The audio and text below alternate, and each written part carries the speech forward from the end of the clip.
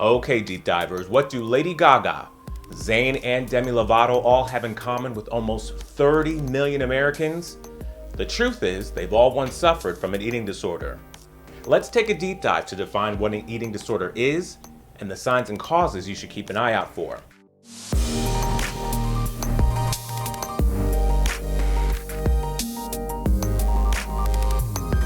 Sarah Rov was diagnosed with anorexia in 2018 and has been on a journey ever since.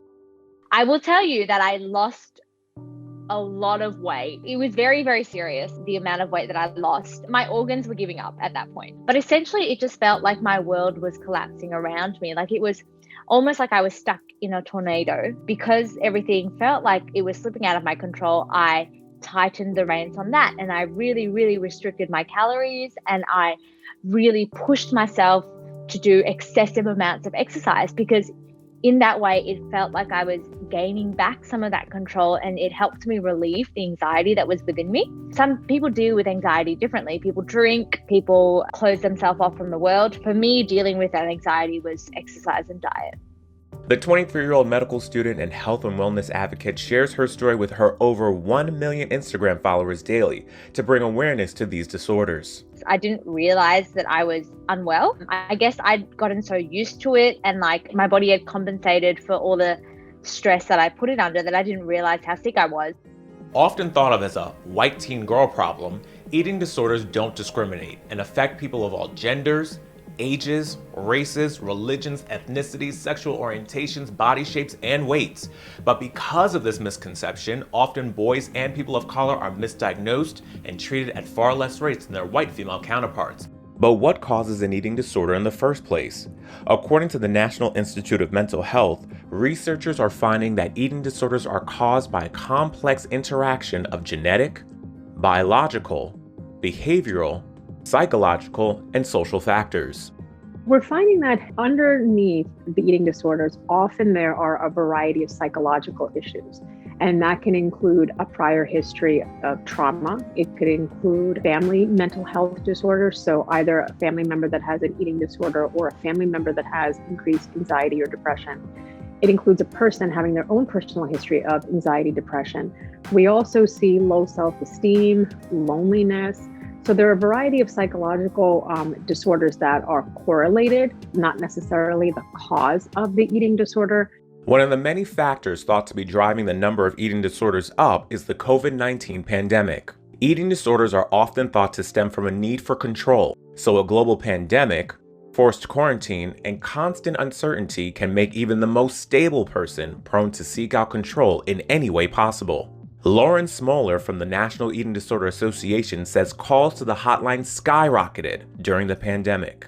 People who previously had access to in-person treatment may not have currently had access at that time, so they were reaching out for additional opportunities for support. This was also and continues to be a very stressful environment, and that means that people who may have been at risk before but were not actively in treatment or actively struggling then found themselves in need of new support options. And so they also were reaching out for support. And then on the other end of that, we had family members who may have previously not recognized concerns in their loved ones, who may now have been in closer quarters with them, who were recognizing signs and symptoms and looking out for support for themselves and how to support their loved one as well. What are the signs and symptoms of an eating disorder?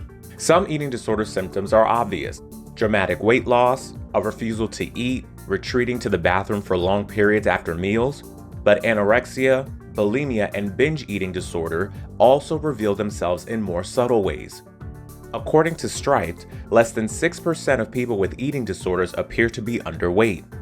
How can you tell if you, a friend, or family member is at risk? There's no surefire way to tell, but here are 5 signs to keep an eye out for. Poor body image. Negative or obsessive thoughts about body size are a key factor in all eating disorders and can occur very early on in the disease. Excessive exercise. Over-the-top workout habits, sometimes referred to as exercise anorexia, can go hand in hand with eating disorders. If you think someone might be presenting with the signs, ask yourself 2 questions. 1, does the person panic if they miss a day of exercise?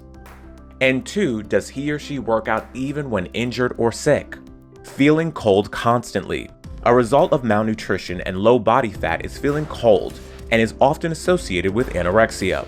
Frequently complaining about being cold or wearing sweaters and other heavy clothing even in mild weather are common tip-offs in people with eating disorders. Fixation on healthy foods. A preoccupation with foods deemed safe or healthy is the hallmark of orthorexia. This can be a stepping stone to full-blown anorexia in some cases. Eating rituals. Compulsive behaviors similar to those seen in obsessive-compulsive disorder can also appear in eating disorders. These so-called rituals can take the form of cutting food into tiny morsels or arranging food in certain patterns and are mainly associated with anorexia. The National Eating Disorders Association webpage lists over 70 different signs and symptoms of the various eating disorders, but we can't forget the negative effects. And we do know that eating disorders have complications. It could be from a person being so underweight that they need to be medically hospitalized. They could have, if it's a female, they stop getting their period. A person could have osteoporosis, heart attacks, heart arrhythmias. They might feel very cold. They may develop a fine layer of baby hair called lanugo. And 1/4 of patients with eating disorders also have suicidal behavior and sometimes even completed suicide or death by suicide. So it really is something that we need to take very seriously. What experts can agree on is that eating disorders have nothing to do with vanity, but as a way to cope with stress and anxiety. It can quickly get out of control, and the best thing you can do is ask for help. There's a huge stigma around it. And I think speaking up about it and normalizing it, and once you tell your GP, you'll realize that there is absolutely no judgment. Nobody will blame you for your eating disorder.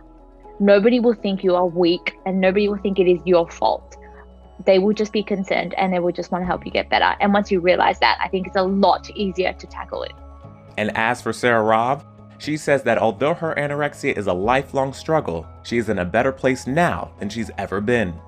I would actually say that I'm doing pretty good right now at the moment, and no matter what weight I'm at, it doesn't define me. Like I don't know what it is about lockdown, but I don't know. I think maybe it's because having everything taken away from me, like my friends, what I enjoy doing. I was like, actually, my weight is not what makes me happy. It's these external things like being with friends or being at uni, seeing patients, going out for brunch. These things make me so much more happier than what I look like in the mirror. And so I think that really, really opened my eyes, and it showed me that like I am defined by so much more than just what I look like and what I weigh and what I do in my own time. If you think you might be at risk of having an eating disorder, check out the screening tool on the National Eating Disorder Association's website. And if you or someone you know is struggling with an eating disorder, call the National Eating Disorder Helpline at 1-800-931-2237. I'm Buki Olekbede. Stay healthy, deep divers.